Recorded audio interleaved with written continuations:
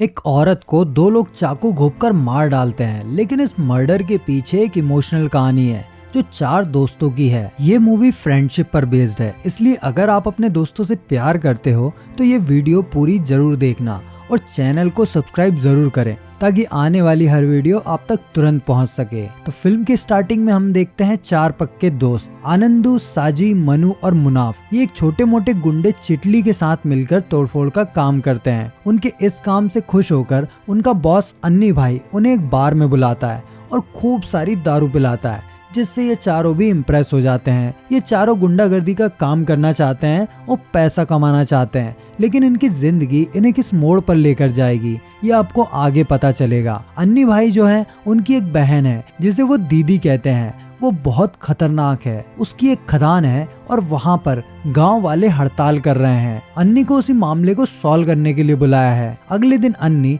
अपनी पूरी गैंग को लेकर उस खदान की तरफ चल देता है, जहाँ पर गांव वाले अन्नी भाई को घेर लेते हैं और इस बात से गुस्सा होकर ये चारों लोग उन गांव वालों की खूब धुलाई लगाते हैं और उनकी इस धुलाई को देखकर अन्नी भाई उनसे इम्प्रेस हो जाते हैं। लेकिन इस धुलाई के कारण उनके खिलाफ काफी लोगों ने रिपोर्ट कर दी है, जिसकी वजह से इन सबको छुपना पड़ता है। अन्नी अपनी पूरी गैंग को लेकर जंगल में छुप जाता है, लेकिन यहाँ सुबह होते ही पुलिस वाले इन्हें पकड़ लेते हैं। अन्नी तो यहाँ से भाग जाता है, लेकिन उसे बचाने के चक्कर में ये चारों पकड़े जाते हैं। पुलिस वाले इनकी खूब पिटाई लगाते हैं, लेकिन ये किसी का नाम नहीं उगलते। आखिर में दीदी अपनी पहुंच का फायदा उठाकर इन चारों को छुड़वा लेती है। अब इस हादसे के बाद ये चारों लोग नॉर्मल लाइफ जीने लग जाते हैं। इधर अन्नी एक मुरली नाम के आदमी के साथ मीटिंग कर रहा है। वो उसे किसी काम को करने के लिए मना रहा है। अब ये काम क्या है आप आगे जान जाओगे। अन्नी इन चारों को बुलाता है और बताता है कि एक फैक्ट्री में काफी सारी ब्लैक मनी रखी है।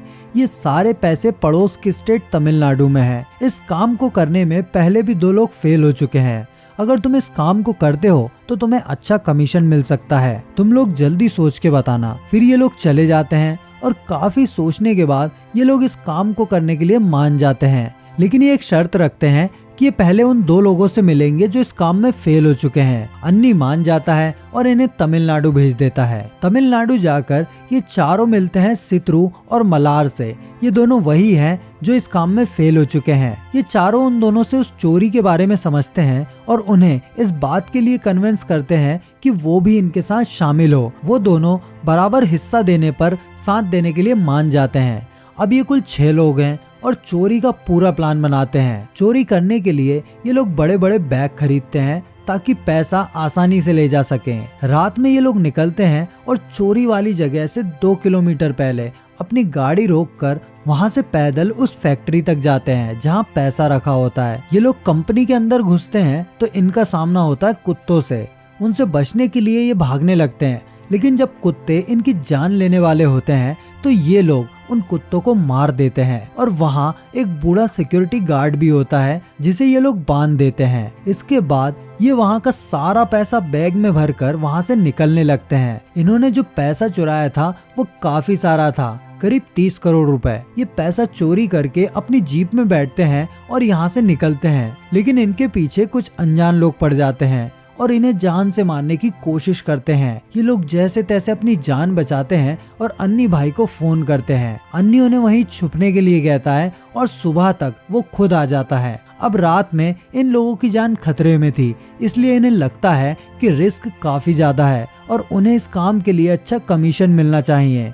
तो ये तय करते हैं कि पहले हम कमीशन की बात करेंगे और उसके बाद सारा पैसा देंगे। अन्नी भाई के आने पर ये लोग उससे कमीशन की बात करते हैं, लेकिन अन्नी भाई कहता है कि हमारे हाथ में कुछ नहीं है।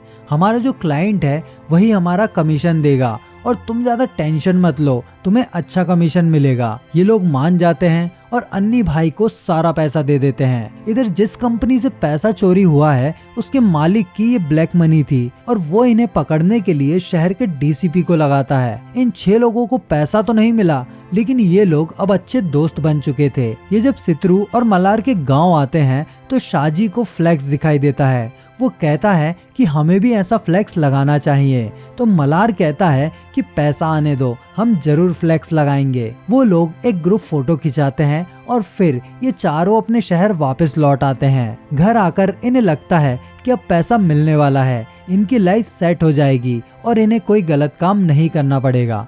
लेकिन कहानी इतनी आसान कहाँ होने वाली है। अन्नी भाई इन्हें कॉल करके बुलाता है कमीशन के पैसों के लिए। ये चारों वहाँ जाकर अन्नी भाई से मिलते हैं तो अन्नी भाई बताता है कि ये चोरी मैंने मेरी दीदी के लिए करवाई थी, वही तुम्हारा कमीशन फिक्स करेगी।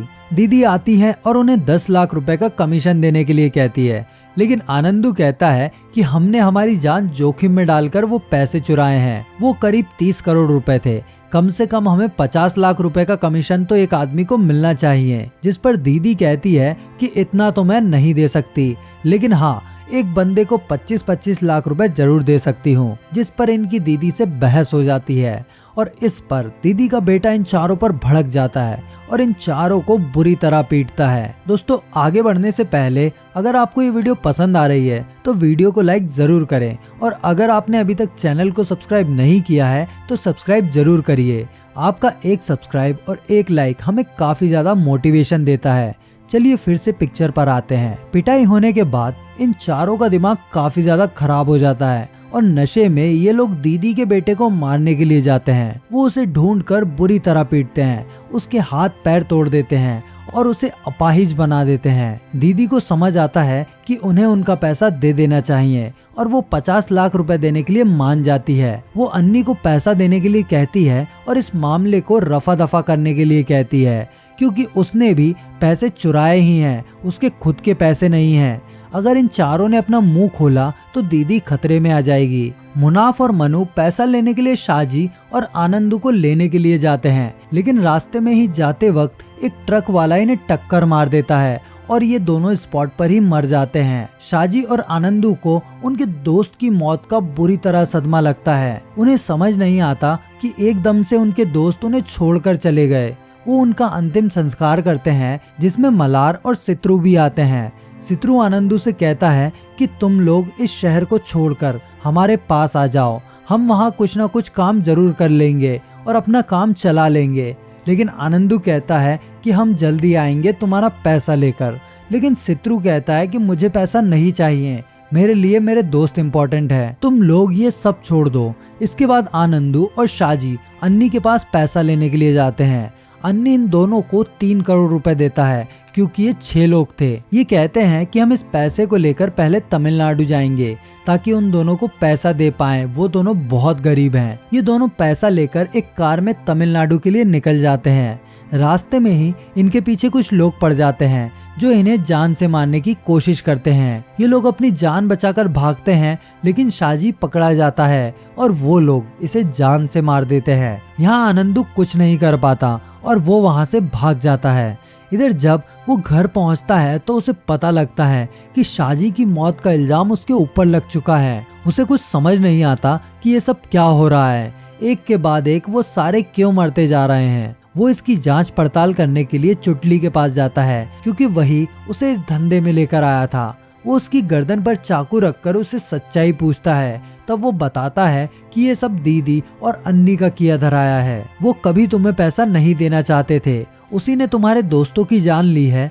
उन्होंने एक्सीडेंट को मर्डर बना दिया और सारा पैसा तुमसे छीन लिया। वो कहता है कि अब तू अकेला बचा है और वो तुझे भी मार देंगे, तू यहाँ से कहीं चला जा। लेकिन आनंदू कहता है कि मैं अपने दोस्तों की मौत का बदला लेकर रहूंगा और वो सुबह होते ही अन्नी को अकेला पाकर उसे मारने के लिए पहुंच जाता है। यहाँ उसकी और अन्नी के बीच तगड़ी फाइट होती है जिसमें अन्नी उसे बुरी तरह मारता है, लेकिन वो उसकी जान नहीं लेता। आनंदू भी हार नहीं मानता और वो उससे लड़ता रहता है। अन्नी उसे खूब मारता है, लेकिन अंत में आनंदू जो है वो अन्नी की जान ले लेता है और चाकू घोप घोप कर उसे मार डालता है। अन्नी की मौत की खबर दीदी को एक आदमी देता है और उससे बचकर रहने के लिए कहता है। आगे आनंदू जो है वो तमिलनाडु में अपने दोस्त सित्रू और मलार से मिलने जाता है और वो उनसे कहता है कि वो अब बेंगलोर जा रहा है। वो दीदी वही है और अब मैं उसे नहीं छोड़ूंगा। सित्रू कहता है कि हम भी तुम्हारे साथ चलेंगे, हम भी बदला लेंगे। लेकिन आनंदू कहता है कि ये हमारी लड़ाई है, तुम इन सब में मत पड़ो और तुम दोनों हमेशा साथ रहना। आनंदू इनसे विदा लेकर बेंगलोर के लिए निकल पड़ता है और वो दीदी पर नजर रखने लगता है। दीदी एक दिन जिम से बाहर आ रही होती है, वहाँ आनंदो उसे मारने की कोशिश करता है, लेकिन एक गाड़ी उसे आकर ठोक देती है और वो भी मारा जाता है। ये एक्सीडेंट दीदी ने करवाया था। अब ये चारों दोस्त मारे जा चुके हैं, लेकिन फिल्म की स्टार्टिंग में हमने दीदी को मरते हुए देखा था, तो उसे मारने वाला कौन है? तो जब आनंदू का एक्सीडेंट होता है तब सित्रू और मल्हार भी वहां आ जाते हैं और वो दीदी को मारने का फैसला लेते हैं ताकि वो अपने दोस्त की मौत का बदला ले पाएं। वो सबसे छुपकर दीदी को अकेला पाकर उसे जान से मार देते हैं और वहां से भाग जाते हैं। इस तरह इन दोस्तों की कहानी यही खत्म हो जाती है और फिल्म के आखिर में ये लोग शाजी का फ्लेक्स वाला सपना पूरा करते हैं और ये मूवी यहीं खत्म हो जाती है। उम्मीद करते हैं दोस्तों आपको ये फिल्म पसंद आई होगी। इसी तरह के और वीडियोस देखने के लिए आप हमारे चैनल को सब्सक्राइब जरूर करें। मिलते हैं अगली वीडियो में, तब तक के लिए बाय बाय, टेक केयर।